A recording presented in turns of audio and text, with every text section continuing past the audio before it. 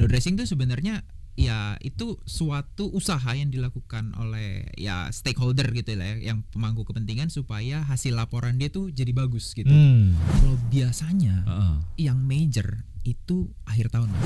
Yang pasti yang pertama banget yang harus kelihatan bagus itu laba bersih Mas. Oke. Dari income statement berarti kan ya. Laba bersih itu harus kelihatan bagus. Kita potensi window dressing udah nggak ada. Jangan kita kekeh masih kayak wah masih ada lah, pasti masih ada lah.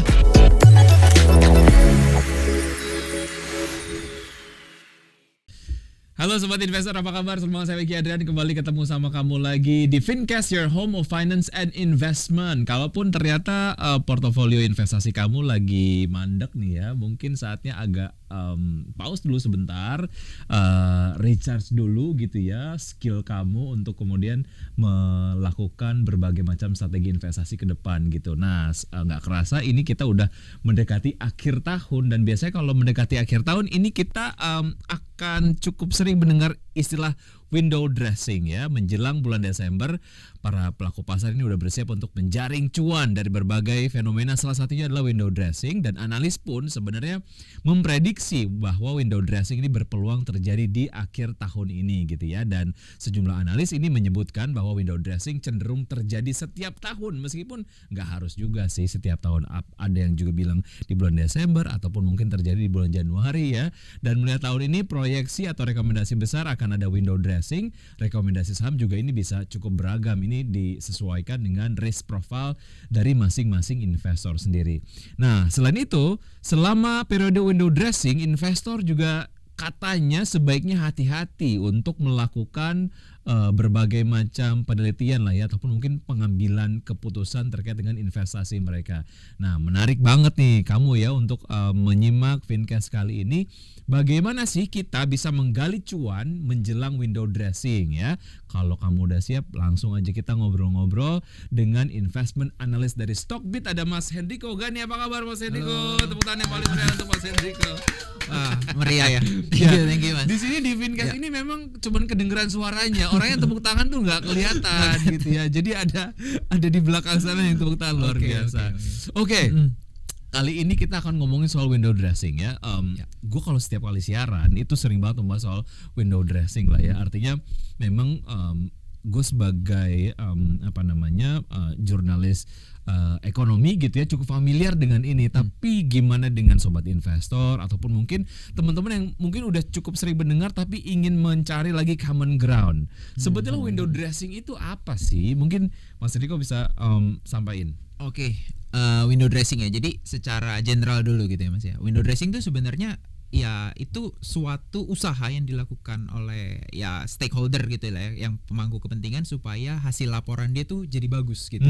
Jadi caranya gimana? Caranya ada yang boleh dibilang curang gitu ya. Ada yang boleh dibilang ya memang wajar untuk dilakukan gitu. Contohnya nih ya, kalau kita perusahaan nih, kita mau kan laporan keuangan akhir tahun bagus dong. Mau laporan kan nih ke investor kan.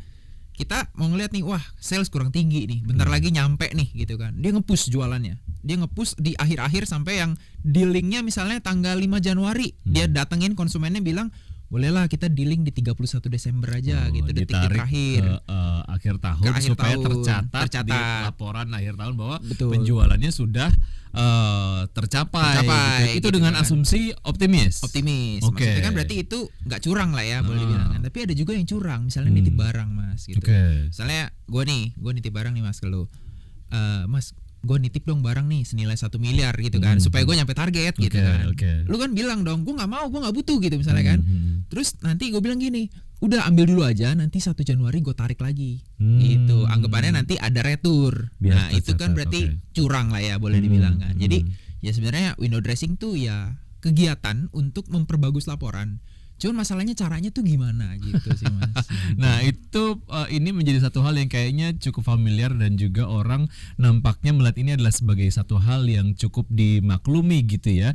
Tapi kan apalagi untuk window dressing yang curang, artinya kan ke depan mungkin ini ada semacam possibility adanya risk gitu ya, dari point of view investor sendiri gitu. Gue misalnya masuk ke satu saham gitu yang di window dressing dengan cara yang curang gitu.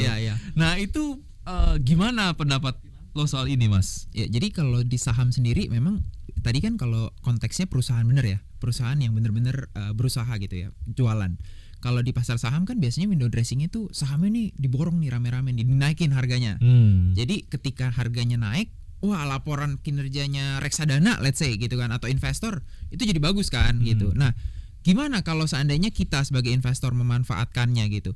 Ya kalau menurut gua sah-sah aja sih kalau kita mau ngambil momentum seperti itu. Karena kan ya mereka lagi mengurus laporan mereka masing-masing, menyebabkan pasar naik secara keseluruhan gitu ya kita manfaatin aja gitu. Cuman masalahnya setelah itu strateginya gimana? Jangan sampai nih mereka udah selesai, mereka udah nih sebenarnya kita nggak mau beli saham ini, kita jual, nah kita nyangkut di atas. Kita gitu juga melihat ini momentum dari si window dressing ini juga harus oportunis dari point of view investor, ya gimana kita harus dapat untung dari momentum ini.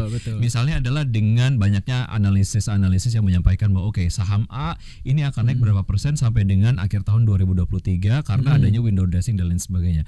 Sebisa mungkin kita bisa masuk di harga yang paling menarik, paling murah, untuk kemudian nanti bisa memanfaatkan si potensial upside di akhir tahun gitu ya, kurang lebih kayak gitu ya. Dan betul. Itu juga bukan boleh-boleh banget, emang harus kayak begitu gitu ya untuk memanfaatkan momentum itu.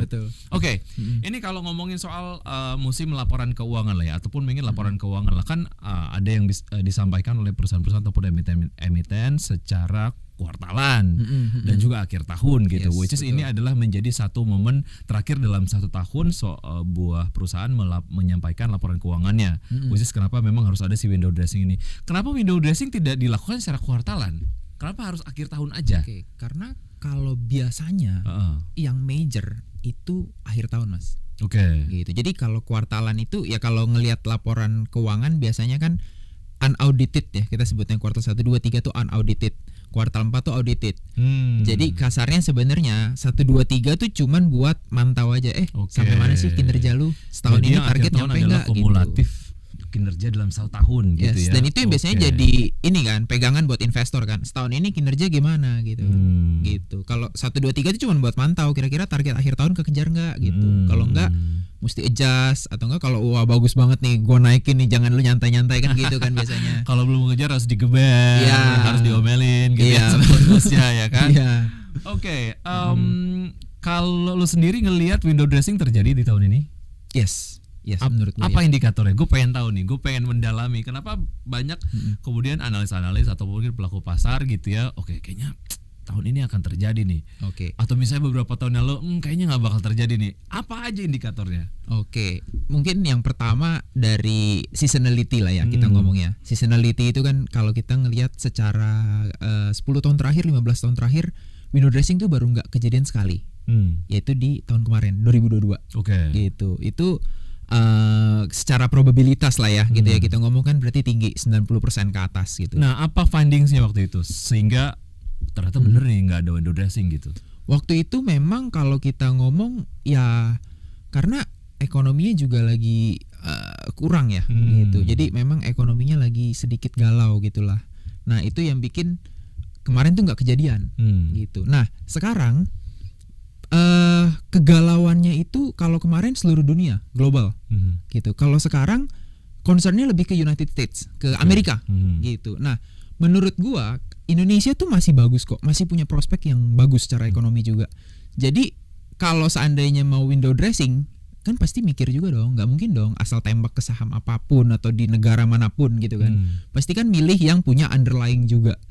Nah Indonesia tuh salah satu yang punya underlying gitu. Jadi kalau global investor nyari kira-kira invest kemana ya gitu, akhir tahun nih harus cari return nih gitu kan, Indonesia kemungkinan kebagian gitu. Itu yang menurut gua itu yang pertama kejadian.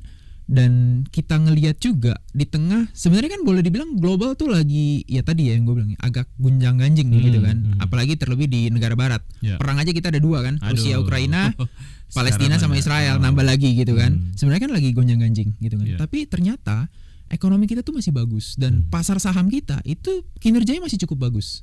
So kalau gue melihat sepanjang tahun aja lumayan gitu. Kenapa window dressing nggak terjadi gitu? Karena beda cerita nih sama kemarin kalau gue ngeliatnya gitu. Artinya memang yang dilihat adalah fundamental ekonomi Indonesia salah satunya gitu ya. Karena kan konteksnya adalah IHSG gitu ya. Dan juga saham-saham yang ada di dalam IHSG gitu. Ada possibility untuk window dressing ketika fundamentalnya nggak bagus. Ini cukup bikin teman-teman analis meragukan apakah akan ada window dressing atau tidak gitu karena kondisi fundamentalnya nggak suportif. Oke, ini kalau kita lihat secara mendalam lah ya soal window dressing sendiri dalam laporan keuangan itu sebetulnya terdiri dari apa aja sih? Apa sih yang dipercantik gitu?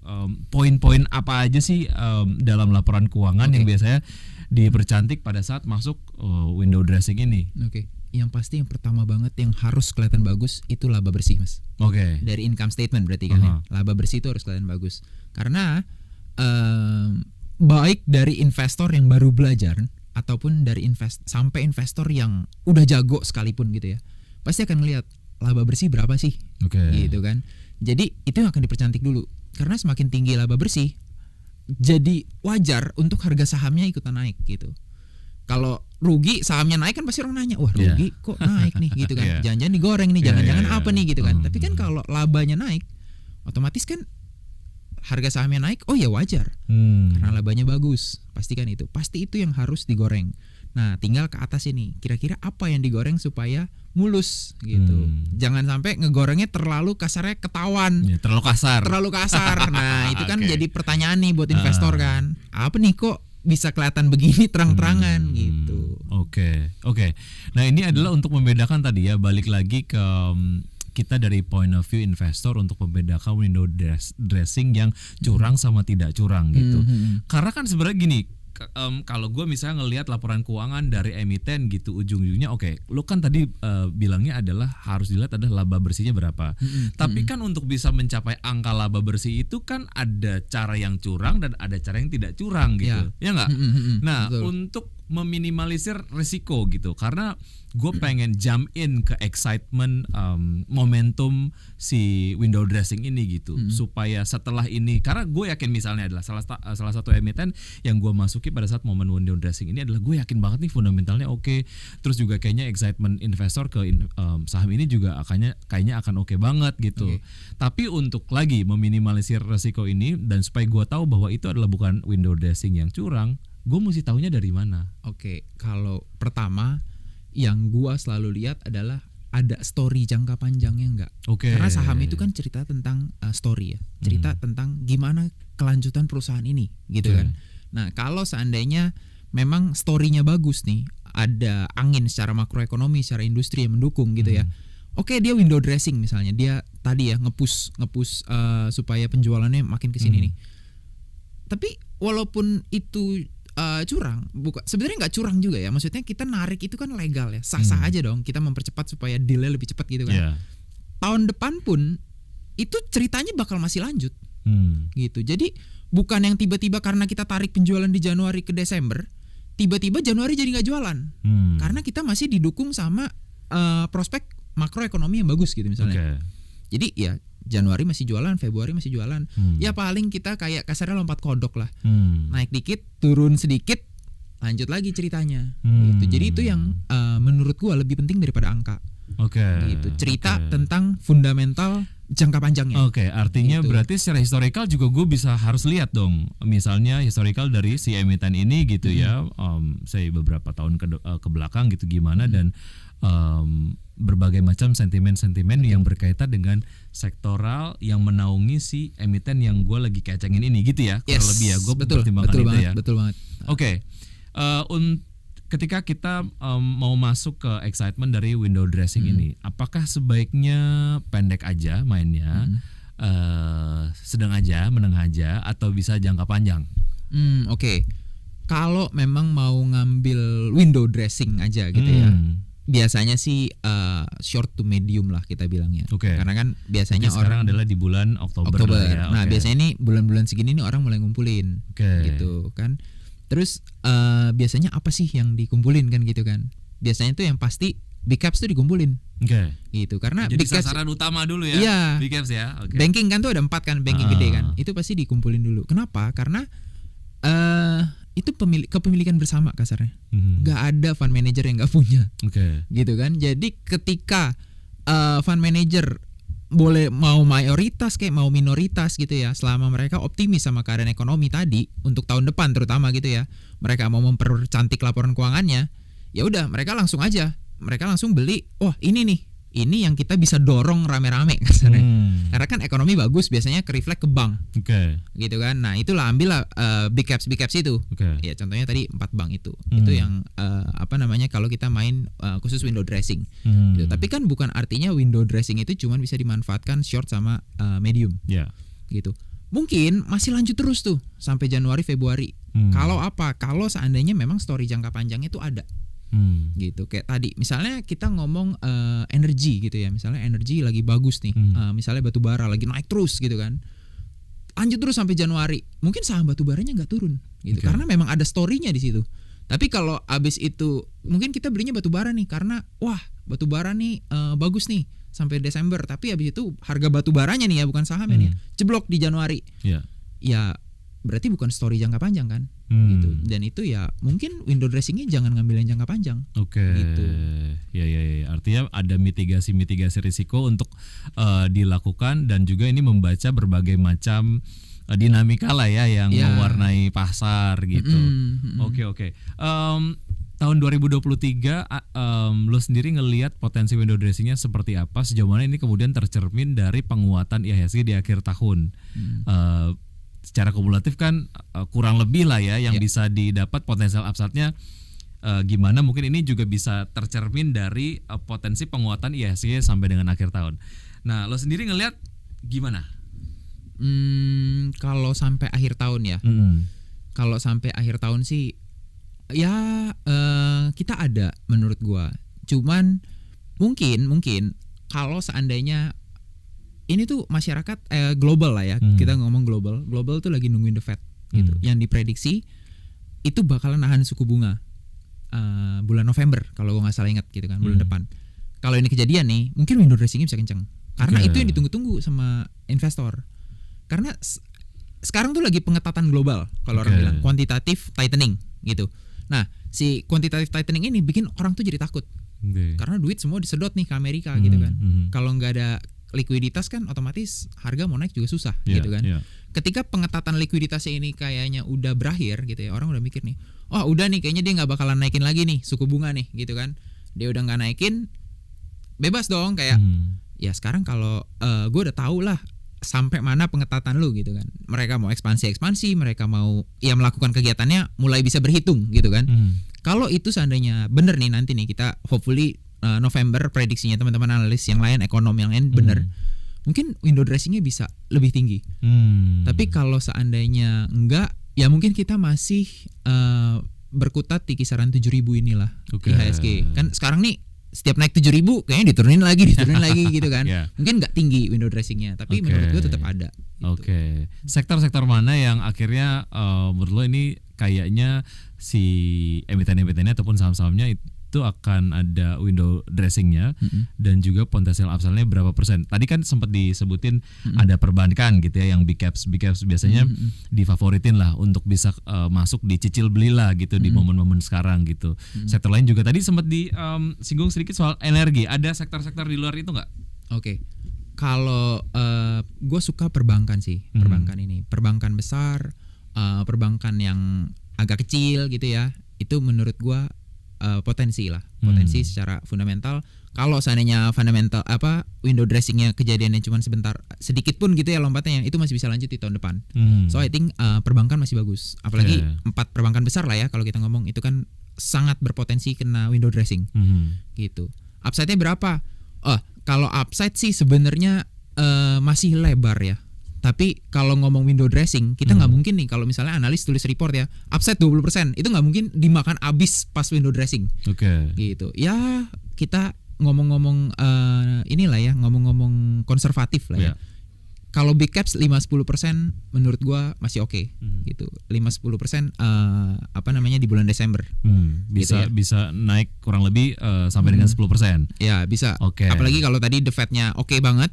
Mungkin bisa lebih dari itu gitu. Tapi kan kita ngomong konservatif dulu ya, 5-10% lah untuk big caps gitu. Itu perbankan. Terus yang gua suka sebenarnya dengan energi sih tadi. Tapi ya mungkin ini rahasia umum ya. Kalau seandainya Timur Tengah perang, harga minyak tuh pasti bergejolak, gitu kan? Biasanya naik. Yes. Kalau menurut gua, energi ini menarik, tapi mesti milih. kalau gue bukan produsennya, gue pendukungnya gitu. Jadi kalau seandainya ini si penambang nih gitu kan, tapi kan dia harus sewa kontraktor kan misalnya, atau enggak dia harus kalau dia nambangnya di laut gitu kan harus sewa kapal nih buat mobilisasinya gitu kan. Nah gue akan milih yang kontraktornya lah, yang kapalnya lah. Kenapa? Gitu. Karena menurut kita para analis, oil tuh nggak mungkin tinggi-tinggi banget gitu. 100 pun pasti diturunin gitu. Tapi yang menarik adalah oil sekarang itu walaupun nggak nyampe 100 itu tetap mahal bro.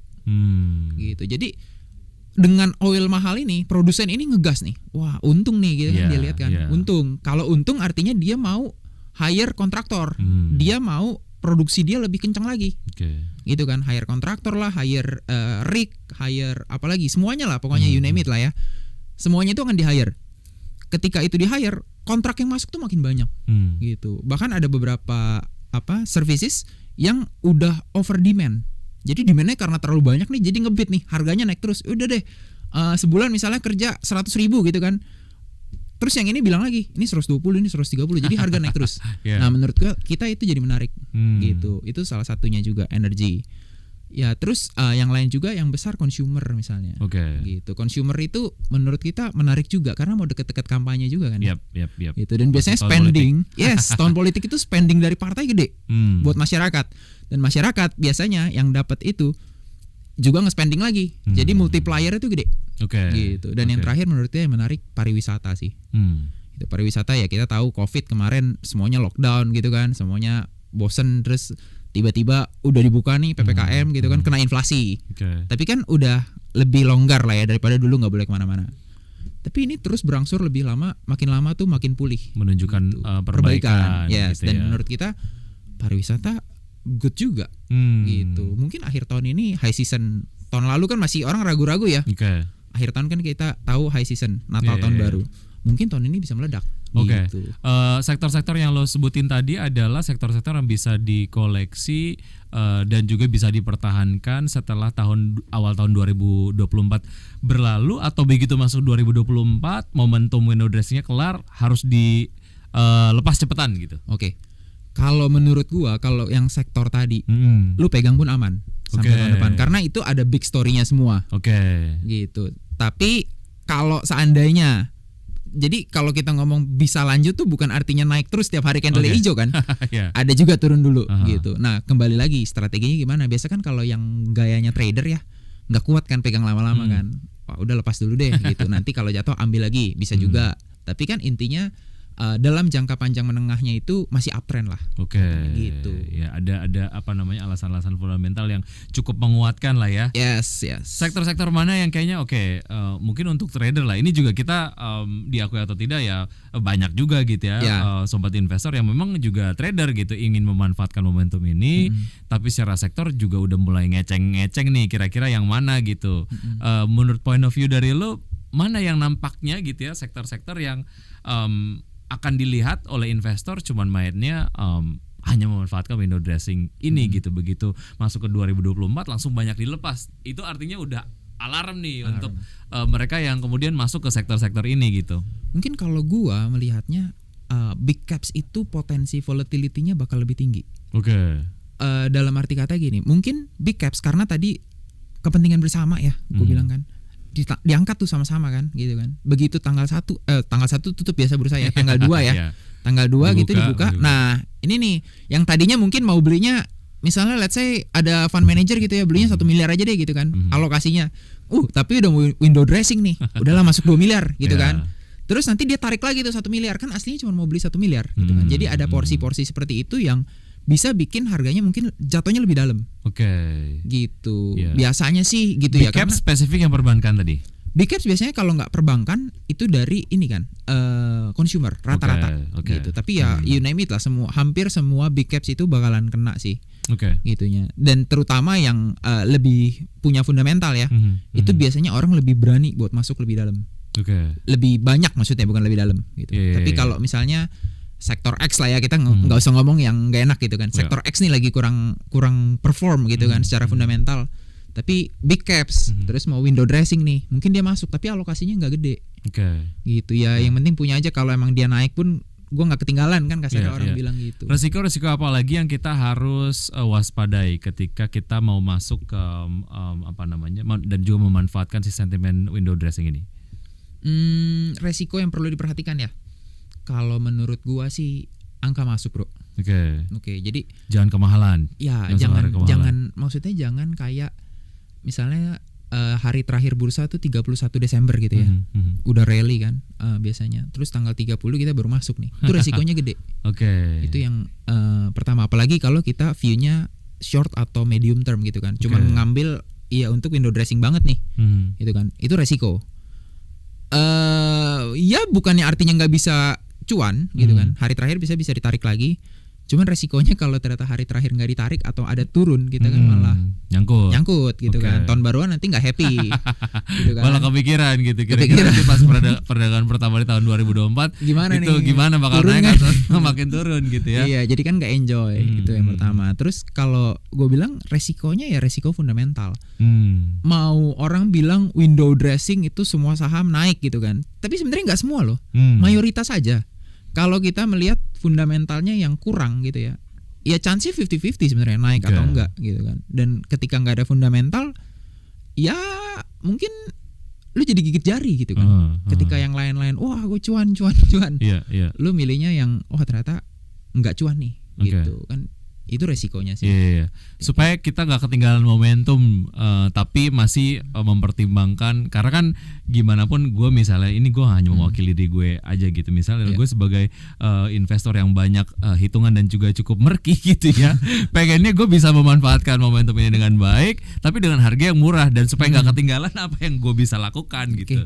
Kalau menurut gue sih ya tadi kita udah ngomong potensi lah ya, potensi sektor nih buat teman-teman di rumah juga kalau memang tertarik gitu ya, kayaknya sektor yang disebutin menarik nih gitu, bisa analisa dulu nih kira-kira oke nggak story-nya nih. Kalau memang oke, masuk aja dari sekarang. Toh juga sahamnya juga masih nggak kemana-mana kan. Kebanyakan tuh saham masih wait and see lah kalau orang bilang gitu kan, wait and see sama yang tadi The Fed bilang apa gitu. Kalau cukup optimis gitu kan, bisa masuk dari sekarang. Jadi downside lebih terbatas.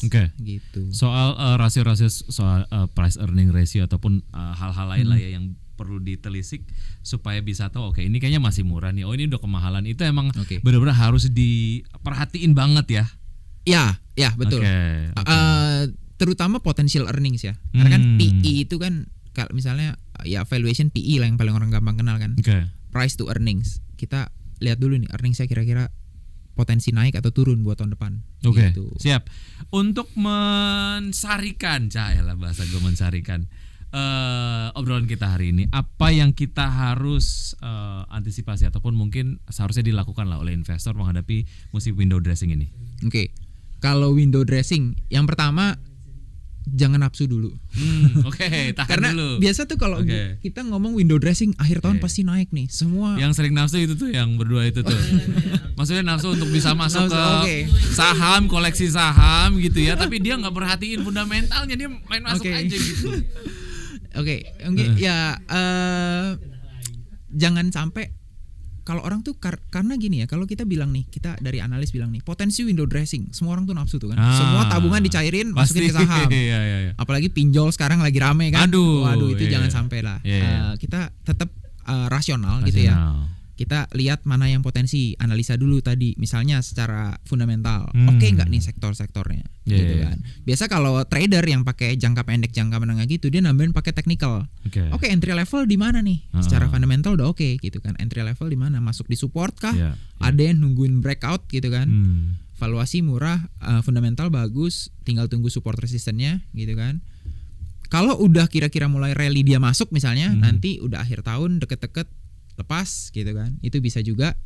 Dan yang pasti sih tetap mesti disiplin, karena kan bisa juga nih salah nih ternyata ada perang ketiga, keempat, kelima, keenam, terus semuanya bubar gitu kan.